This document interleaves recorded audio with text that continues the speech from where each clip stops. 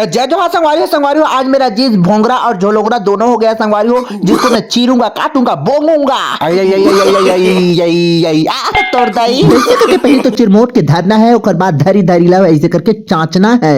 ये है दुनिया का सबसे महंगा जींस जिसका नाम है तोड़दाई की मोड़ी। के दोनों गोला डेरिया उजाउनीला बुलका दारिया जी है ना जी। खटखटाने का प्रोसेस स्टार्ट करते हैं। खट खट खट खट खट एक कटोरी साथ देता दे नहीं तो दोती हाथ तुम्हारे चक्कर में मोर मशीन के धागा निमगा फंस गए निपोर लपर ही लपर तुम्हारा शर्म नहीं आवा। तो गाइस ये एक्सरसाइज करने का बेहतरीन तरीका है जिसमें आप दोनों गोड़ को लुड़ुंग लुड़ुंग करके बढ़िया सुगर सिलाई कर सकते हैं। फाइनली गाइस देखो जो सिला गया या ऐसे करके छू छू टमक के झींक के बढ़िया सुगर पुदक के देख लो जी, कभू नहीं चिराएगा। मैंने इसे अपने हाथों से गोड़ों के लिए सिला है और तुम दैसे करके सुलसुला कोटा के पोज में फोटो खींचवान दैसे करके मुड़ीला दांत ला खिसोर के घुसर जावा मोबाइल में जोरा जावा, कभो नहीं देखा मोबाइल।